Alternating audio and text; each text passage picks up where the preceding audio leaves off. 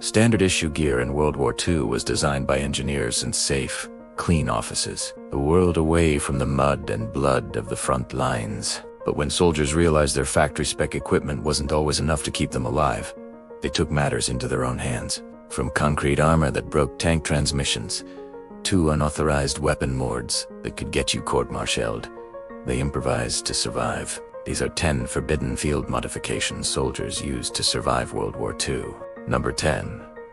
The concrete Sherman. American tank crews in Europe were terrified of German anti-tank weapons like the Panzer. These heat rounds could punch right through their armor. Desperate for any extra protection, some crews started pouring concrete directly onto the front of their Sherman tanks, building a makeshift layer of extra armor. In theory, this added inches of protection. In reality, it was a disaster. The massive extra weight destroyed the tank's suspension and transmission, turning them into slow, lumbering targets. Even worse, some tests showed the concrete could actually help enemy shells penetrate. Instead of shattering on impact with the steel, the shell would be cushioned by the concrete, allowing its explosive charge to detonate more effectively against the armor plate. Commanders officially banned the practice, but terrified crews, feeling like they had no other options, kept doing it anyway. Number 9. The Stinger. Over in the Pacific Theater, the battlefield was completely different. In the dense, close-quarters jungle fighting, a high rate of fire was king. Corporal Tony Stein, a particularly creative and daring Marine, felt that the standard-issue Browning automatic rifle, the bar, just fired too slowly for his liking. So, he decided to build something better. He salvaged an NM2 machine gun from a wrecked Navy Dauntless dive bomber. This thing was an absolute monster, designed to tear apart enemy aircraft with a blistering fire rate of 1,200 rounds per minute. That's more than twice as fast as a standard bar.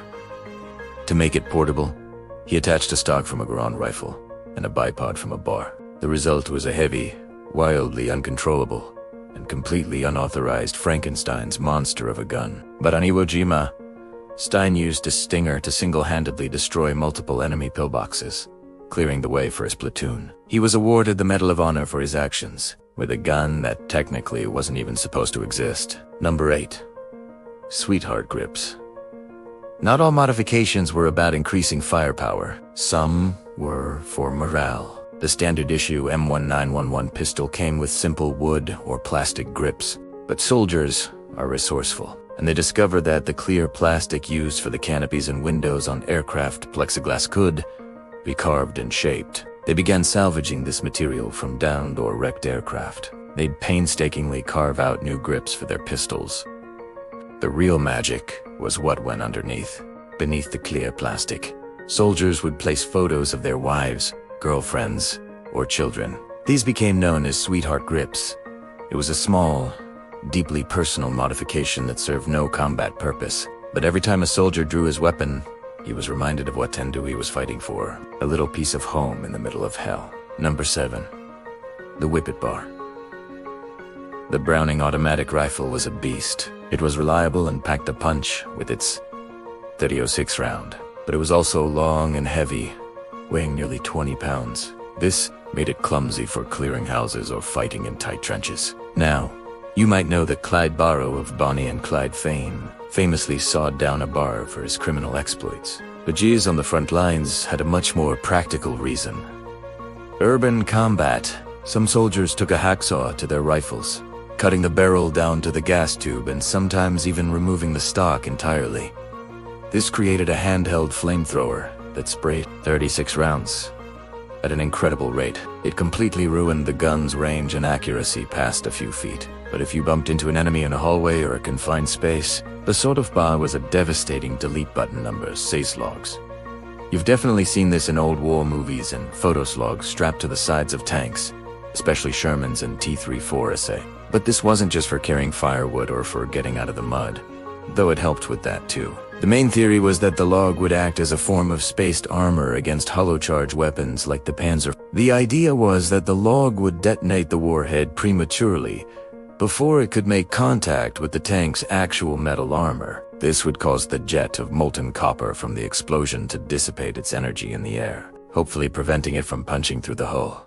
Now, Physicists and armchair generals still argue about how effective this really was. But for the crew inside, staring out at a battlefield filled with anti-tank threats, that 12-inch pine log felt like a vital safety blanket against a fiery death. And yes, in the muddy Russian Rasputitsa season, you could always unstrap the log and throw it under the tracks to get some extra traction. Number 5.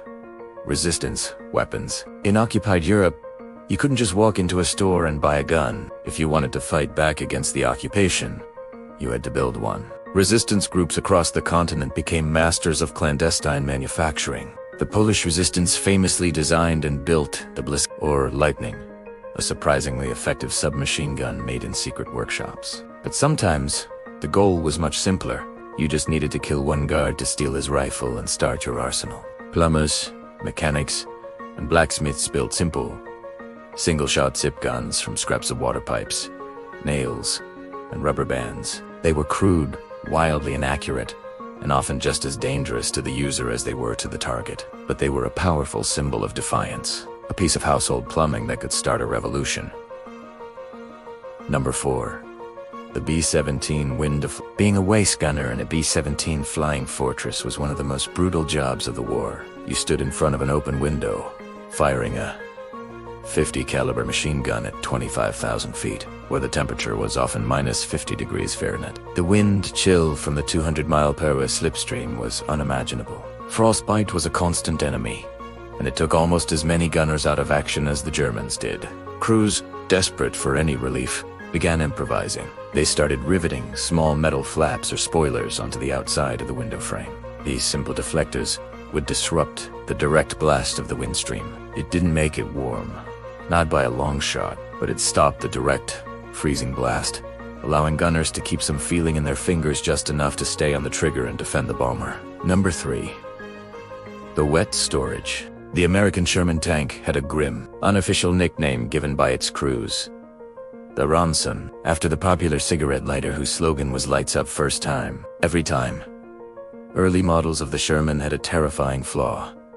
They were extremely prone to catching fire when hit. The ammunition was stored in the side sponsons, and a penetrating hit would almost certainly ignite the propellant, turning the tank into an inferno. Before the factory officially introduced the wet stowage variants, surrounded the ammo racks with a jacket of water and antifreeze spirit, field mechanics tried to solve the problem themselves. They would weld extra armor plates, scavenged from destroyed vehicles, directly over the ammunition racks. It was a crude, desperate attempt to stop the one thing every tanker feared most: burning alive inside their own machine. Number 2. The taped grenade. This is a tactic that truly defines high risk, high reward. When clearing a bunker or a trench, a common problem was that the enemy could grab your grenade and throw it right back at you before its fuse ran out. To stop this, seasoned troops would cook the grenade. They'd pull the pin, let the safety lever fly, off which starts the 4 to 5 second fuse count to 2, and then throw it. But some accounts describe even more extreme modifications. Soldiers would tape multiple grenades together to create a massive improvised satchel charge, capable of leveling a small building or collapsing a bunker entrance. This required immense courage and a very steady hand, as you're essentially handling a much larger, more unstable explosive device. One wrong move, and the mistake would be your last. Number 1.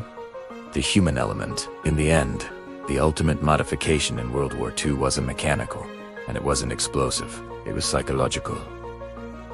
It was the human element. Soldiers modified their uniforms for comfort and utility. They painted unique symbols on their helmets to build squad identity, and they created their own slang and dark humor to cope with the horrors they faced. War is the most brutal catalyst for innovation. When your life is on the line, the official manual goes out the window, and you do what you have to do to see the next sunrise. From a piece of plexiglass to a log on a tank, these modifications tell a story of ingenuity, desperation, and the unbreakable will to survive. So, which of these forbidden modifications do you think was the most ingenious or the most insane? Let me know your thoughts down in the comments below. Thanks for watching, and don't forget to like and subscribe for more stories like this.